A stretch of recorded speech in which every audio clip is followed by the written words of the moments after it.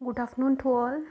So today's topic is generalized anxiety disorder for GNM second year students under the subject of mental health nursing. In the previous video I had discussed about the anxiety disorder and the panic attack, and in the continuation of that we are starting with the generalized anxiety disorder. So anxiety previously told you whenever any kind of a stressors come into the life of the person और उसकी वजह से उस stressor की वजह से person अपने emotions को कंट्रोल नहीं कर पाता और इमोशनल डिसबैलेंस होता है, उसकी वजह से उसकी सोशल पर्सनल और ऑक्यूपेशनल लाइफ को हार्म होता है, दैट इज़ कॉल्ड एंग्जाइटी. और उसी टाइम पे अगर पर्सन जो है फिजिकल सिम्टम्स शो आउट करता है या एग्जिबिट करता है बिकॉज ऑफ दैट एंग्जाइटी और बिकॉज ऑफ दैट स्ट्रेसर, उसकी वजह से कई बार पर्सन को एपिसोड्स ऑफ एंग्जाइटी आते हैं, that can be called as the panic attack. और उसके बाद हमने सर्टेन सिम्टम्स पढ़े थे that are been shown by the person जो पैनिक अटैक्स में जाता है. तो now we are discussing about the generalise anxiety disorder which comes under the stress related somatoform disorders. So now starting here with the definition part, generalized anxiety disorder is characterized by the persistent and realistic and excessive use of it and on worry which have occurred more days or at least 6 months and cannot be attributed to a specific organic factor such as a caffeine intoxication or hyperthyroidism. तो generalised anxiety disorder क्या होता है, जहाँ पे person को persistent बार बार continuous period तक realistic और बहुत ज़्यादा टेंशन हो, वरी हो, जिसकी वजह से वो कॉन्सेंट्रेट ना कर पा रहा हो, उस चीज़ को हम लोग क्या कहते हैं, जनरलाइज एंग्जाइटी डिसऑर्डर. और ये जो प्रोसेस है या कोई और ये जो चल रही है, जो उसके सिम्टम है, उसको टेंशन हो रहा है, वरी हो रहा है, वो लगातार 6 महीने तक चल रहा है और उसकी वजह से कोई इवन ऑर्गेनिक फैक्टर मतलब कोई अदर रीज़न भी पता नहीं चल रहा है, सच एज की पर्सन ओके. क्या होता है कि जब किसी को टेंशन होती है, कईयों को नींद ही नहीं आती है, तो इट्स नॉट लाइक कि कोई कैफीन ले रहा है, चाय पी रहा है, कॉफ़ी पी रहा है, उसकी वजह से उसको नींद नहीं आ रही है, ऐसा नहीं है. मतलब कोई और कारण है नहीं, स्टिल उसको वो टेंशन और वरी हो रही है कॉन्टिन्यूसली 6 महीने तक, तो उसको हम जनरलाइज एंग्जाइटी डिसऑर्डर बोलते हैं. Now we will talk about the course. Course या can say epidemiology. The disorder may begin in the childhood or adolescent, but onset is not uncommon after 20 age. Told you it is the teenager group or when we are getting exposed to the outer world. जब इंसान अपने आप को settle करना start करता है, वो अपनी आने वाली लाइफ के लिए सोचना स्टार्ट करता है कि अब मुझे सेटल होना है, अब मेरे पास ये चीज़ें होनी है, तो उसको टेंशन होना स्टार्ट होती है, वरी करता है वो कि how will I establish, how will I support my parents, how will be I more above than my peer groups. तो all this tension surrounds him और जिसकी वजह से there are more chances of them to get expose to the anxiety. Next is, और even after 20s भी हो जाता है. Next is depressive symptoms are common and numerous somatic complaints may also be a part of the clinical picture.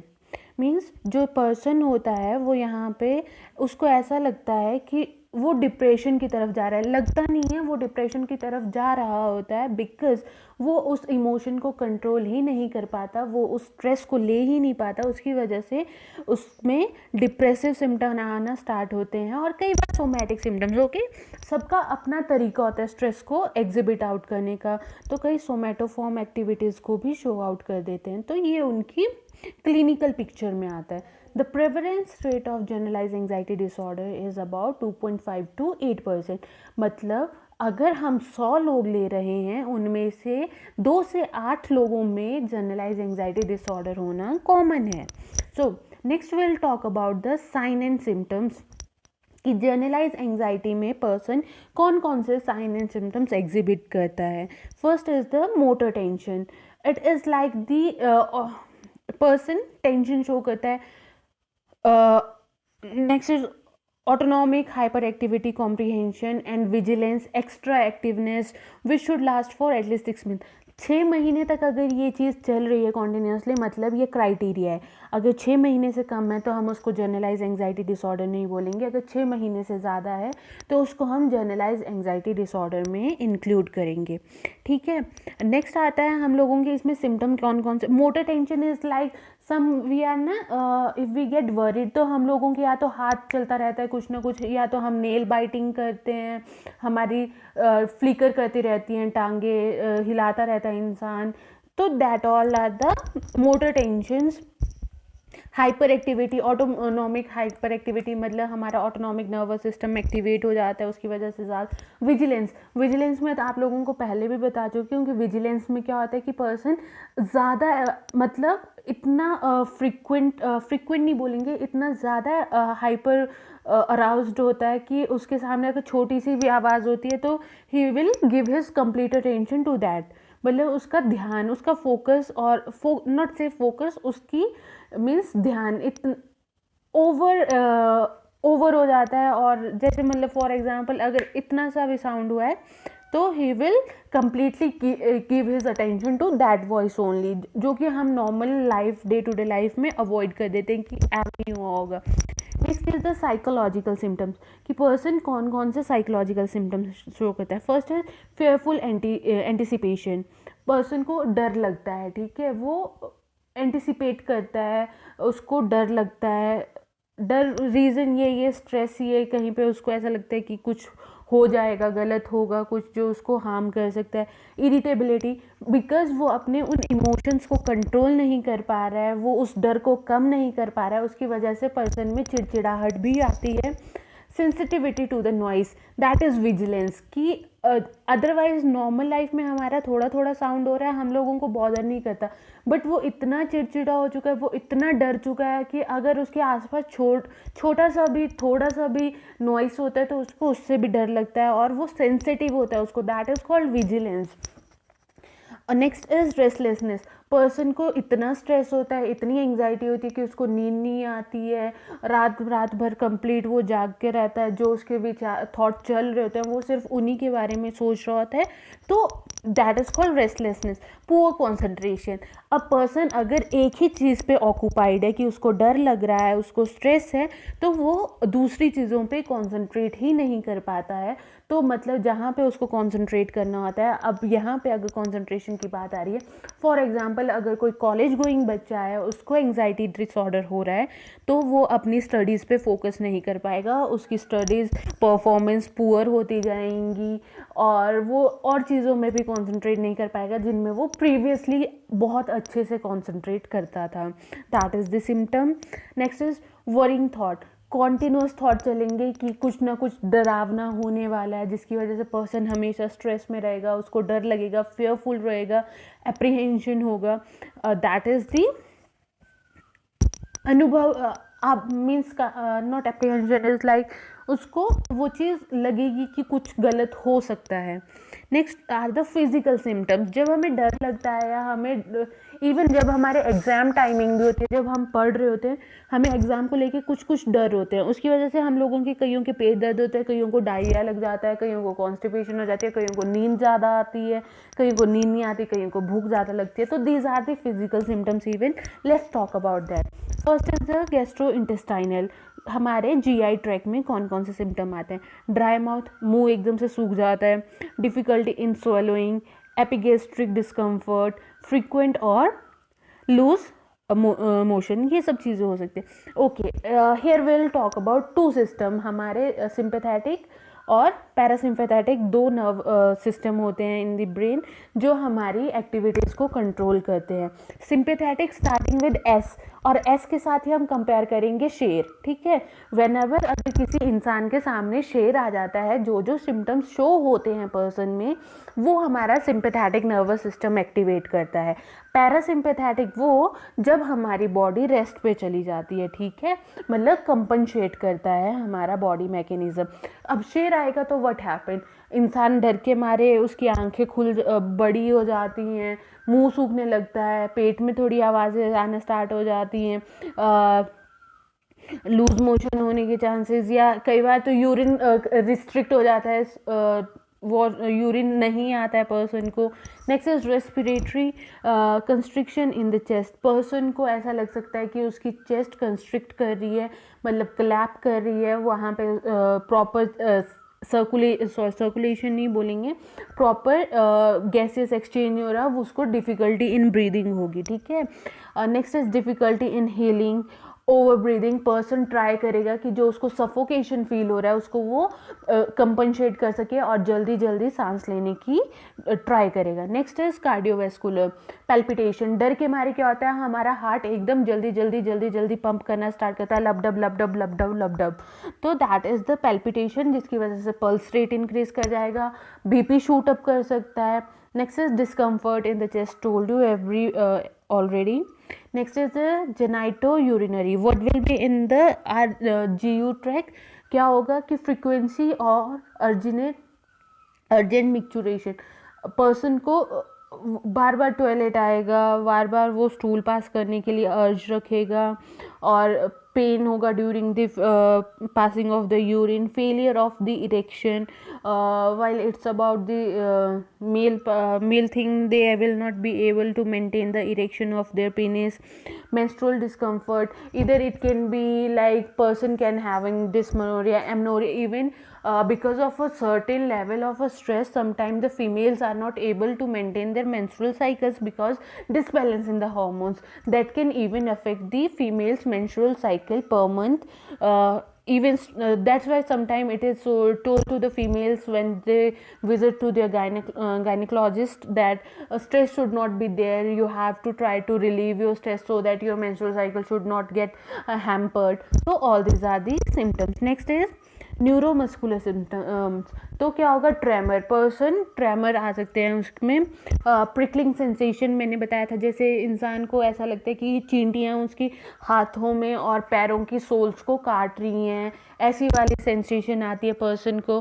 टिनिटिस हो सकता है, dizziness हो सकती है पर्सन को, हेडेक, कॉन्टिन्यूस हेडेक और एकिंग मसल, ऐसा लगता है कि शरीर टूट रहा है, दैट वाली feeling even can come to the person. Next is sleep disturbances, जब स्लीप डिस्टर्बेंस की बात की मैंने, तो कईयों को क्या होता है, मैंने बोला उनको नींद आती ही नहीं है, तो वो पूरी पूरी रात जागते हैं अगर उनको स्ट्रेस और एंग्जाइटी हो रहा होता है। कईयों को अगर नींद आती है, हमने प्रीवियस लेक्चर में ही पढ़ा था पोस्ट ट्रॉमेटिक स्ट्रेस डिसऑर्डर में, कि पर्सन को क्या होता है, वो जो स्ट्रेसफुल वाली इवेंट पहले हुई थी उसके फ्लैशबैक आते हैं, उसको उसके सपने आते हैं। तो वही बात यहाँ पे भी हो सकती है, या तो पर्सन को इंसोम्निया होगा, या तो अगर उसको नींद आ रही है तो उसको वही चीज़ें, वही स्ट्रेसफुल इवेंट बार बार याद आएगी, जिसकी वजह से उसको नींद आएगी पर टूटेगी और उसकी वजह से उसको फिर से डर लगेगा। तो these are the sleep disturbances. Other symptoms are like person because उसकी सोशल लाइफ हैम्पर हो रही है, उसकी पीयर ग्रुप में उसकी स्टेटस हैम्पर हो रही है, उसका ऑक्यूपेशन हैम्पर हो रहा है, वो फैमिली को अच्छे से मैनेज नहीं कर पा रहा, मतलब वो अपनी नॉर्मल फंक्शनिंग प्रॉपरली नहीं कर पा रहा, उसकी वजह से पर्सन को डिप्रेशन हो सकता है। ऑब्सेशन, ऑब्सेशन मैंने आपको बताया था, ऑब्सेशन का मतलब होता है इंसान को कॉन्टिन्यूअस थॉट्स चलते हैं। तो ऑब्सेशन में क्या होगा, वही वो स्ट्रेसफुल इवेंट और जो स्ट्रेस उसको कॉज कर रहा है, मतलब जो स्ट्रेसर है वो कॉन्टिन्यूअस थॉट्स में उसके दिमाग में चलता रहेगा, पर्सन ऑब्सेसिव होगा उस पर्टिकुलर स्ट्रेसर को लेके, मतलब 24 घंटे दिमाग में एक ही बात चलेगी रिलेटेड टू द स्ट्रेस, जिसकी वजह से ये सारे सिम्टम जो हमने अभी ऊपर पढ़े वो आ सकते हैं पर्सन को। नेक्स्ट इज डीपर्सनलाइजेशन और कमेडी रियलाइजेशन। तो डीपर्सनलाइजेशन प्रीवियसली मैंने बताया था, इंसान को लगता है कि उसका शरीर ही नहीं है, या तो उसके शरीर से कोई उसका एक बॉडी पार्ट को रिमूव कर दिया गया है, that is called depersonalisation. Next is derealisation. Derealisation में क्या लगता है, उसको लगता है जो मेरे आसपास का वर्ल्ड है, जो आसपास के लोग हैं वो सच्चे नहीं है, या जिनको मैं जानता था वो लोग ये नहीं है, ये बदल चुके हैं। अब पर्सन का साइकोलॉजिकल बिहेवियर चेंज होना स्टार्ट होता है, पर्सन की साइकोलॉजी में चेंज आना स्टार्ट हो जाता है, बिकॉज नाउ पर्सन ने अपने आप को जानना भी बंद कर दिया और पर्सन ने अपने आसपास वाले लोगों को पहचानना भी बंद कर दिया होता है। Next is impairment in the social, बता दिया इस वजह से इतना ज़्यादा स्ट्रगल उसके माइंड में चल रहा है, उसकी वजह से वो अपने सोशल लाइफ मतलब अपने फैमिली मेम्बर्स के साथ ढंग से बिहेव नहीं कर पाता, उनके साथ अपने इश्यूज शेयर भी कर रहा है तो might be they are not able to understand, या कई बार ऐसा होता है कि पर्सन रिजर्व्ड हो जाता है, वो अपने प्रॉब्लम शेयर ही नहीं कर पाता है। ऑक्यूपेशन अगर थॉट चलेंगे तो ऑब्वियसली जहाँ पे वो काम कर रहा है उसकी परफॉर्मेंस लो डाउन होगी, अगर स्टडी कर रहा है बच्चा, स्कूल में पढ़ रहा है, उसकी परफॉर्मेंस लो होगी, बच्चा फेल हो सकता है। ऑक्यूपेशन में अगर ऑब्वियसली आप काम नहीं करोगे तो कोई आपको पैसा नहीं देगा, जब तक आप प्रॉपर काम नहीं कर पाओगे तो मतलब आपका प्रॉपर काम नहीं कर पाओगे मतलब आपको मंथ के एंड में जितनी सैलरी मिलनी चाहिए उतनी नहीं मिल पाएगी, और वो नहीं मिलेगी तो मीन आपकी डिटोरेशन हो रही है आपके ऑक्यूपेशन वाले एरिया में। Next is other important area of functioning told you, like in the family member, in the groups, in the society, that are the areas. Next we'll talk about the factors to the panic and generalized anxiety disorder, जो हमने पहले panic attack पढ़ चुके थे but उनके aetiological factor अब हम पढ़ेंगे। First is the predisposing factor, first is the psychodynamic theory. Predisposing मतलब जो प्रीवियसली कुछ चीज़ें बहुत पहले हो रखी हैं जो आगे चल के पर्सन को हैम्पर कर सकती हैं, दैट इज प्रीडिस्पोजिंग। ओके, तो फर्स्ट है साइकोडायनेमिक थ्योरी। तो साइकोडायनेमिक थ्योरी ने क्या किया था, it is focused on the inability of the ego to intervene when conflict occur between the id and the super ego. Okay, if you know तो Sigmund Freud ने हमें मतलब 3 areas दिए थे हमारे ईगो में, that is id, ego and super ego. जो ego होता है that maintain the balance between id and super ego. Id में क्या होता है, इंसान में, पर्सन में जिद होती है कि मुझे ये चीज़ चाहिए तो चाहिए। सुपर ईगो में इंसान मतलब लेट्स टेक एग्जाम्पल, इड होता है बच्चे में, जो छोटा बच्चा है उसको अगर भूख लग रही है तो उसको खाना चाहिए, उसको किसी और चीज़ से कोई लेना देना नहीं। सुपर ईगो में आते हैं हमारे बूढ़े लोग, मतलब जो लोग जी चुके हैं, अब वो लोग स्पिरिचुअलाइजेशन की तरफ या सेल्फ एक्चुअलाइजेशन मतलब आत्मा से परमात्मा के मिलन वाली साइड जा रहे हैं, मतलब वो अब सेटिस्फाइड हो रखे हैं, तो वो परफेक्ट है, उनको पता है कि सोसाइटी में रहने के लिए क्या चीज़ अच्छी है और क्या बुरी है। और जो ईगो है वो डिसाइड करवाता है कि हमें एक पर्टिकुलर सिचुएशन में इड को अपनाना है या सुपर ईगो को अपनाना है। बट यहाँ पे पर्सन उस ईगो के ऊपर कंट्रोल नहीं होता और वो कंफ्यूज हो जाता है कि उसको इड की तरफ जाना है या सुपर ईगो की तरफ जाना है। सो वेंडर पर fail to function adequately, other secondary defense mechanism of ego come into action. In anxiety, preparation fails to function adequately and the secondary defense mechanism are not activated, hence anxiety can be four-fronted. मैंने बताया था जब भी अगर कोई stressful event होता है तो उसके बाद हमारा प्राइमरी अप्रेजल सिस्टम एक्टिवेट होता है। प्राइमरी अप्रेजल सिस्टम में क्या होता है कि हमारे पास जो पहले से हमारे कोपिंग मैकेनिज्म अवेलेबल हैं हम उनका यूज़ करना स्टार्ट करते हैं। अगर तो वो कोपिंग मैकेनिज्म इफ़ेक्टिव थे कि पहले भी ये सिचुएशन आई थी, हमने ऐसे डील किया था, ठीक हो गई थी, तो वेल एंड गुड। बट अब एंजाइटी इतनी हो गई है या स्ट्रेसफुल इवेंट ऐसी है जो हमारे पास कोपिंग मैकेनिज्म है वो उसको सॉल्व ही नहीं कर पा रहे हैं, तो होता है हमारा सेकेंडरी अप्रेजल सिस्टम का एक्टिवेशन या सेकेंडरी डिफेंस मैकेनिज्म का। अब पर्सन हेल्प की सीकिंग पे जाता है, मतलब उसको हेल्प चाहिए होता है, उसको इधर वो अपने फ्रेंड से पूछेगा, इधर वो साइकोलॉजिस्ट से पूछेगा, इधर वो अपने आप से ही इंटरनली सर्च करना स्टार्ट करेगा कि कैसे कैसे कैसे मैं इस चीज़ से मूव आउट करूं। तो वो सेकेंडरी कोपिंग मैकेनिज्म का यूज़ करेगा उस स्ट्रेसफुल इवेंट्स को रिजॉल्व करने के लिए। अगर तो रिजॉल्व होगी वेल एंड गुड, सब कुछ नॉर्मल हो गया।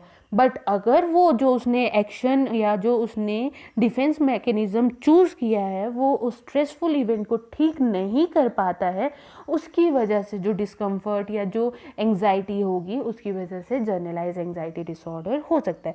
सो it is even the psychopathology. अगर साइकोपैथोलॉजी की बात आती है तो it is like due to the predisposing factors there is the predisposing, precipitating और परपिटुएटिंग, तीनों फैक्टर्स की वजह से क्या होगा, हमारा प्राइमरी अप्रेजल सिस्टम एक्टिवेशन होगा एंड देन व्हाट हैपेंस, वहाँ पे हम लोग रिकलेक्ट करेंगे our coping mechanisms, then there is the activation of the secondary defense mechanism और सेकेंडरी अप्रेजल सिस्टम, देन वहाँ पे दो रिस्पॉन्स आएंगे, इधर द अडेप्टिव वन और इधर द माल अडेप्टिव वन। तो अडेप्टिव वन मतलब जो हमने कोपिंग मैकेनिज्म चूज किया उसकी वजह से हमारी एंग्जाइटी रिजॉल्व होगी, नाउ मतलब हमारी डिजीज कंडीशन ठीक हो गई है। अदर तो अगर उसने माल अडेप्टिव चूज किया है, माल अडेप्टिव मतलब जो उसने कोपिंग मैकेनिज्म चूज किया था वो इतना इफेक्टिव नहीं है और उसकी वजह से वो जो स्ट्रेसफुल वाली इवेंट थी वो रिजॉल्व नहीं हो पाई और पर्सन अगेन एंग्जाइटी वाली साइकिल पे चलना स्टार्ट हो गया। That was the psychopathology event. Now going to the next theory, that is the cognitive theory. The main thesis of the cognitive theory is that faulty, distorted or counterproductive thinking pattern accompany or proceeds maladaptive behavior and emotional disorders when there is a disturbance in this central mechanism of cognition. Okay अगर किसी person की thinking ही what it is like, cognition क्या है, हम लोग learn करते हैं चीज़ें, अगर तो पर्सन ने क्या है उसको पता है ये प्रॉब्लम होगी मुझे ऐसे रिजॉल्व करनी है, I have to be in control, I have to control my emotions so that I will be able to resolve the issues. But कई लोगों के बिहेवियर में होता है कि वो छोटी सी भी अगर कोई प्रॉब्लम होती है they get anxious, they get furious और वो उन चीज़ों को रिजॉल्व करने के लिए अवेलेबल नहीं हो पाते और उनको उसकी वजह से एंग्जाइटी होती रहती है।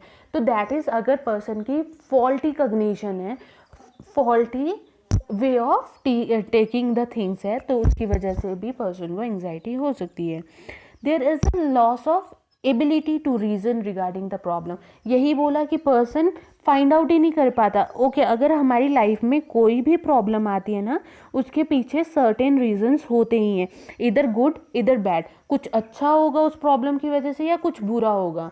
बट कुछ लोग होते हैं सिर्फ और सिर्फ उस प्रॉब्लम की वजह से बुरी चीज़ें ही देख पाते हैं और उसको वो रिजॉल्व कर ही नहीं पाते, पर कुछ लोग होते हैं उस प्रॉब्लम के प्रोज भी देखते हैं, कुछ कॉन्स भी देखते हैं और उस प्रॉब्लम को एक नॉर्मल प्रॉब्लम लेते हुए उसको डील अप करने का ट्राई करते हैं। ठीक है, नेक्स्ट आता है बायोलॉजिकल एस्पेक्ट्स। जेनेटिक्स देखें, अगर किसी फैमिली मेम्बर्स में जेनेटिक्स मतलब पहले से ही पैनिक डिसऑर्डर है तो उसकी नेक्स्ट जनरेशन में भी चांसेस होते हैं पैनिक डिसऑर्डर होने के।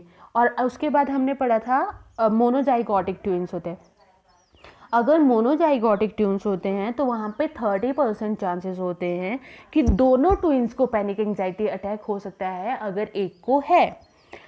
अगर तो डाइजाइगोटिक है, डाइजाइगोटिक मतलब आइडेंटिकल ट्विंस नहीं है, देयर वर टू जाइगोट, तो chances will be less. But अगर आइडेंटिकल हैं, मोनोजाइगोटिक हैं, तो अगर एक ट्विन को हुआ है तो दूसरे ट्विन को होने के 30% चांसेस होते हैं। और the risk of the disorder in the close relatives और किन से first degree relative is 10 to 20%। Okay अगर मेरे मटर्नल मतलब मेरे मदर के पेरेंटहुड में अगर कहीं पे वो जनरल एंग्जाइटी डिसऑर्डर था तो मेरे में चांसेस हैं 10 से 20% की मुझे हो सकते हैं। अगर मेरे पापा की तरफ किसी को ये डिसऑर्डर है तो भी मुझे 10 से 20% चांसेस हैं कि मुझे ये डिसऑर्डर हो सकता है। ठीक है, that is called the first degree generation और first degree relatives. Now the neurochemical, कौन कौन से न्यूरोट्रांसमीटर्स हैं जिसकी वजह से एंग्जाइटी हो सकती है। तो हेयर एंग्जाइटी में एक सबसे इम्पॉर्टेंट न्यूरोट्रांसमीटर है, that is GABA, that is gamma amino butyric acid.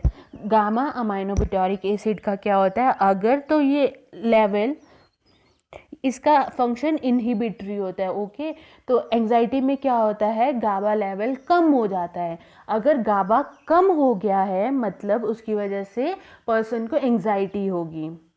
ठीक है, गाबा का एक्शन इनहिबिटरी होता है। इनहिबिटरी का मतलब अगर गाबा होगा तो वो एंग्जाइटी को कम करेगा, बट अगर गाबा नहीं होगा तो एंग्जाइटी बढ़ेगी।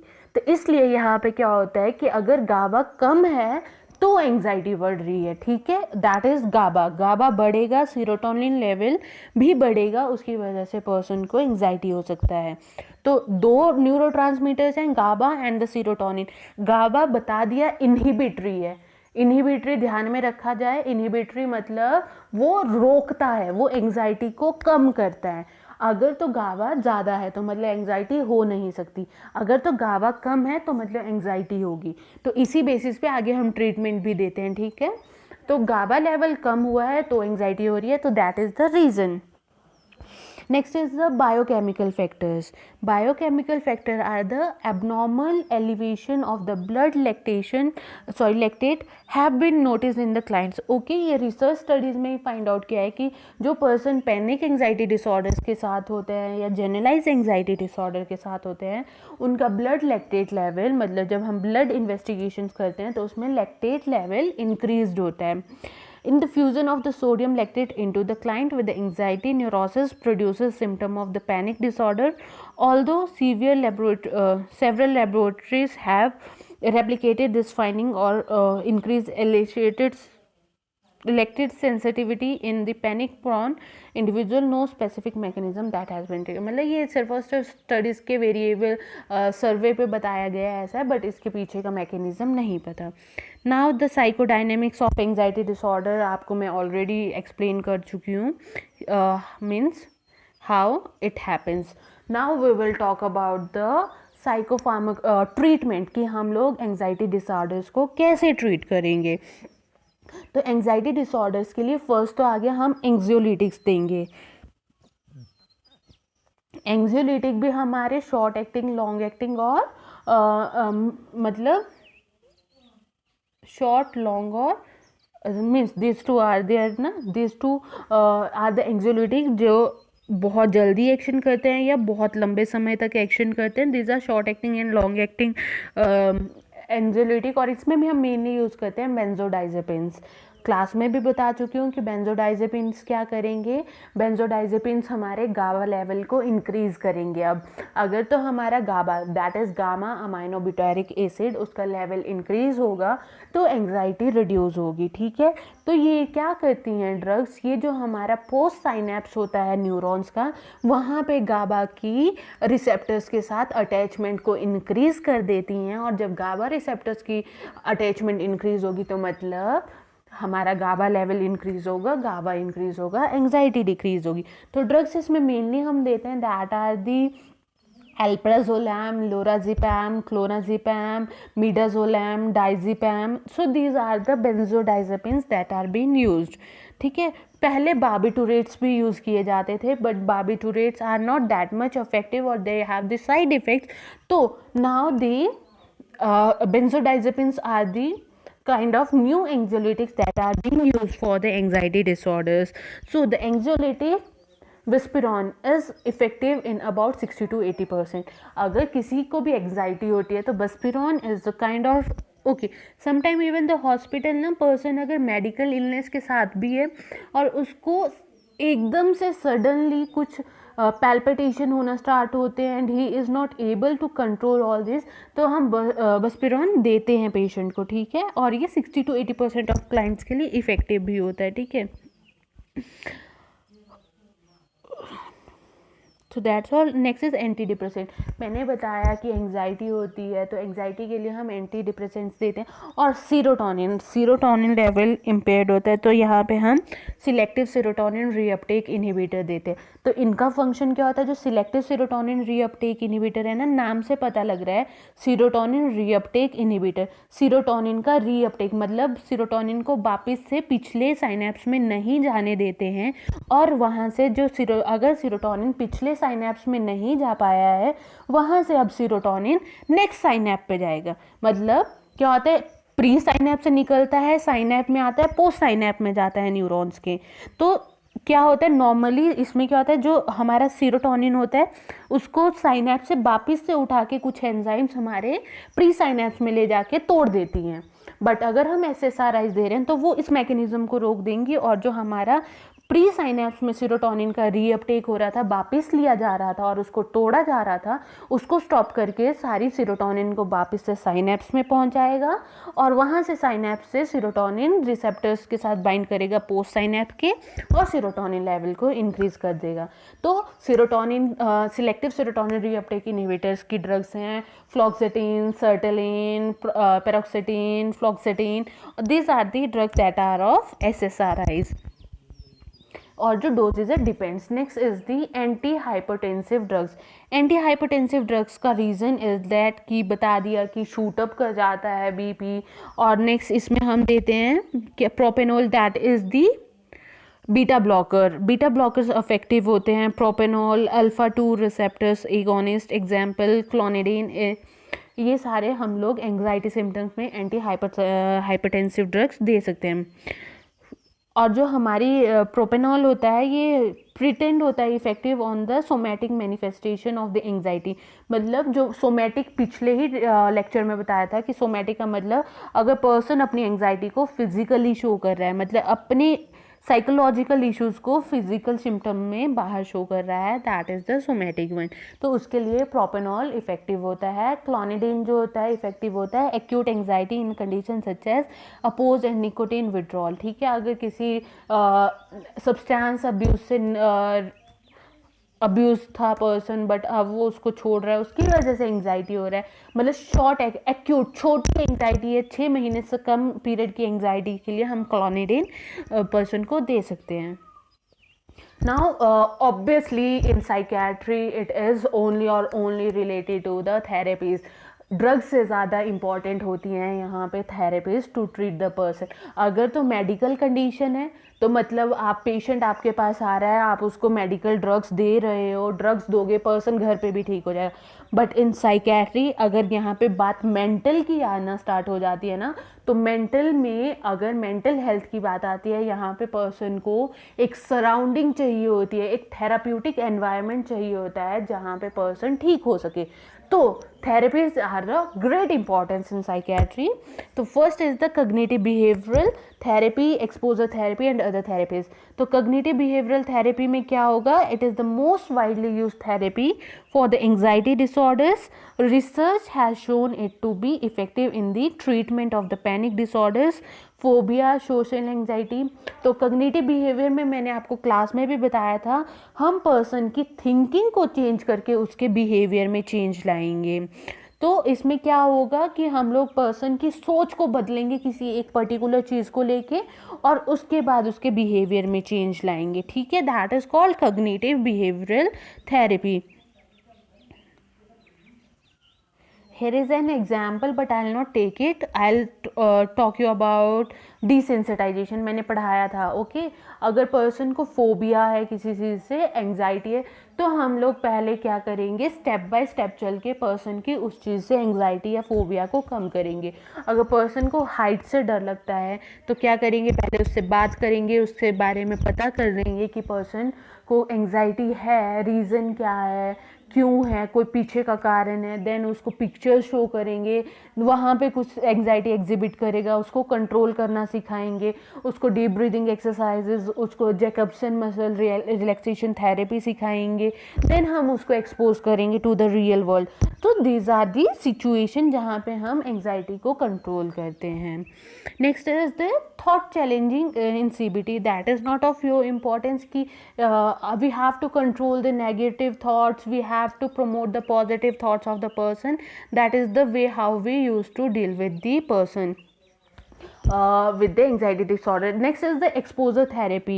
exposure therapy में हम लोग या तो desensitization करेंगे, मतलब स्टेप बाय स्टेप चल के पर्सन को एक्सपोज करेंगे, या तो हम फ्लडिंग करते हैं। मतलब फॉर एग्जांपल अगर मुझे लगता है क्लॉस्ट्रोफोबिक हूँ मैं, मुझे एक क्लोज एरिया से डर लगता है, या तो स्टेप बाय स्टेप चल के पहले मुझसे बात होगी, रिलैक्स करना स्टार्ट करवाएंगे, फिर मुझे लिफ्ट की पिक्चर शो करेंगे, फिर मुझे कुछ वीडियोस दिखाएंगे, फिर मुझे लिफ्ट में डाला जाएगा। ठीक है, दैट तो हो गया डिसेंसिटाइजेशन। बट फ्लडिंग का क्या मतलब है, डायरेक्टली पर्सन को उठाएंगे और उसको उस एक्सपोज में डालेंगे जहाँ पे उसको सबसे ज़्यादा एंग्जाइटी होती है, और वो वहाँ पे उसको रिजॉल्व करेंगे, ठीक है। That is called exposure therapy. Next is systemic desensitization. Already मैं आप लोगों से बात कर चुकी हूँ इसके बारे में। So this are the steps. क्या है, उनको रिलैक्सेशन स्किल्स को लर्न करवाना है, creating step by step list की किस किस चीज़ों से कैसे कैसे डील करेंगे, okay, working through the step. अब जो स्टेप्स बनाए हैं हमने, जो हायरार्की फॉर्मुलेट किया है, जो सीक्वेंस बनाई है, उसको हम फॉलो करेंगे।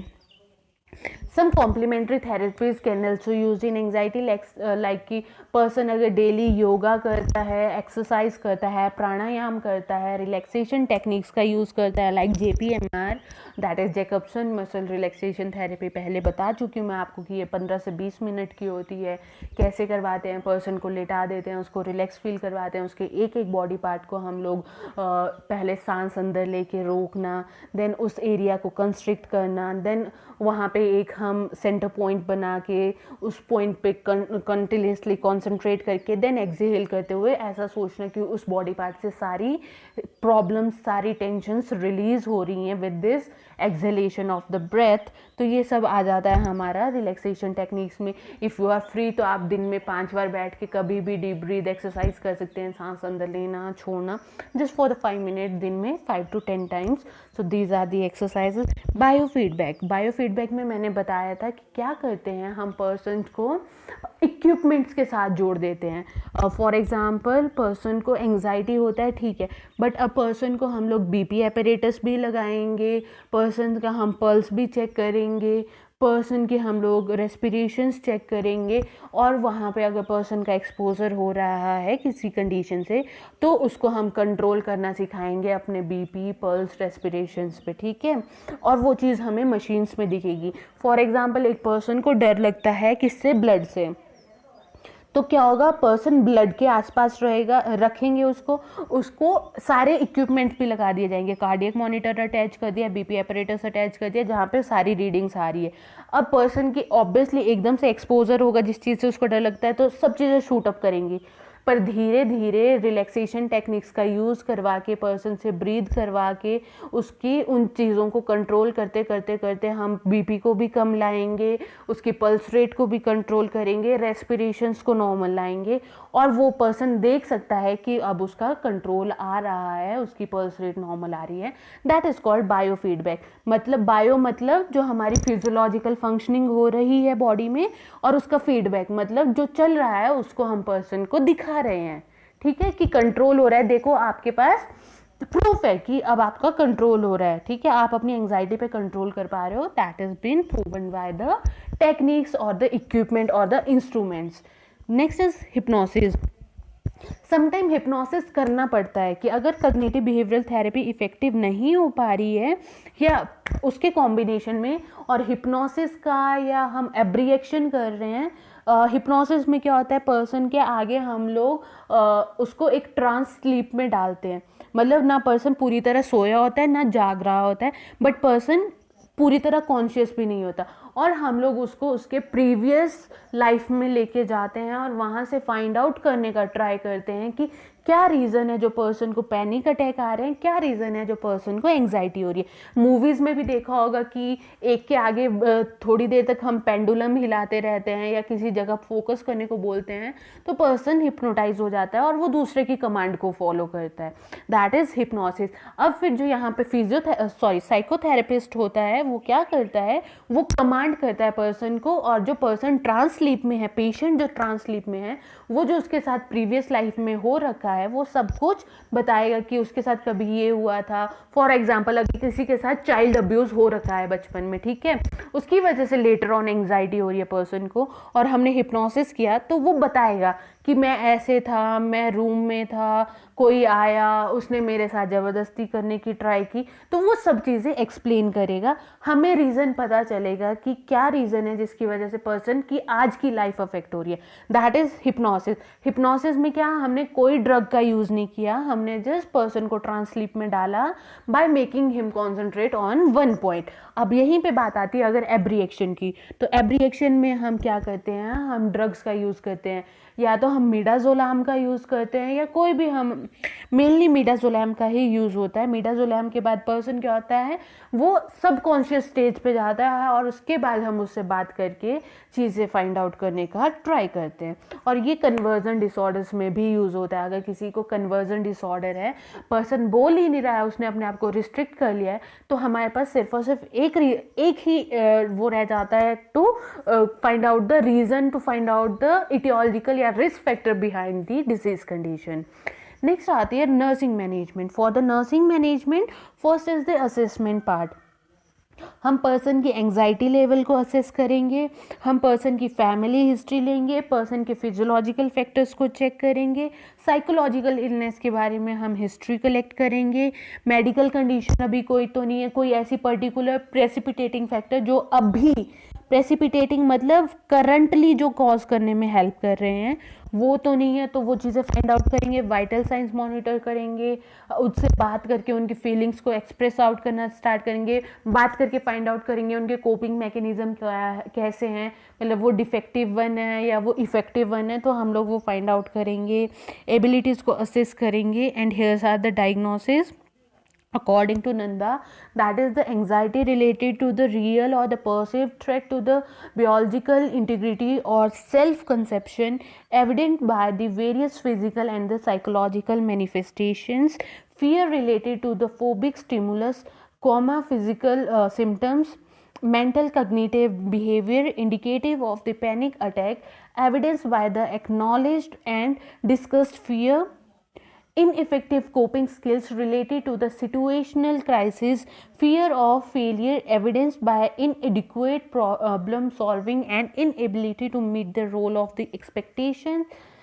And next is the powerlessness related to the impaired conditions evident by the verbal expression of the lack of control over the life situations and non-participation in decision making related to own care or the significant life issues. Social isolation related to the panic level of anxiety evidenced by the withdrawal, uncommunicative insecurity in the public. Self-care deficit related to the withdrawal, exclusive, ritualistic behavior, disabling anxiety evident by the lack of interest in performing the activity of daily living. Knowledge deficit related to unfamiliarity with the medication and the treatment and potential adverse effect evidenced by the request for information to know about that things. So it is your assignment to prepare the nursing care plan on the anxiety disorder management, nursing management of anxiety disorder patient. So that's all for today's topic. So we had studied about the anxiety disorders. Anxiety disorders are classified under F40 to F49 chapter of ICD-10, that is somatic neurotic stress related somatoform disorders. And then we had studied about the panic anxiety, panic attacks, anxiety, and then the generalized anxiety disorder, its its psychopathology. Then we had studied about the etiological factor, theories behind the anxiety disorders, sign and symptoms exhibited by the person with the anxiety and generalized anxiety disorder. Okay, I forgot to tell you, in generalized anxiety disorder जो person होता है ना, उसको लगता है कि वो अभी ख़त्म हो जाएगा, ये एक स्पेसिफिकेशन होती है। यहाँ पे पर्सन की जो फिज़िकल सिम्टम्स होते हैं दैट मेक हिम फील कि उसकी डेथ होने वाली है। सॉरी, मैं बीच में भूल गई थी बताना। नेक्स्ट आ गया हम लोगों का, उसके बाद हम लोगों ने पढ़े एटियोलॉजिकल फैक्टर्स, के बाद हमने ट्रीटमेंट पढ़ी, then we had studied about the therapies. So that was today's topic. These are the bibliography part. Thank you. Have a nice day.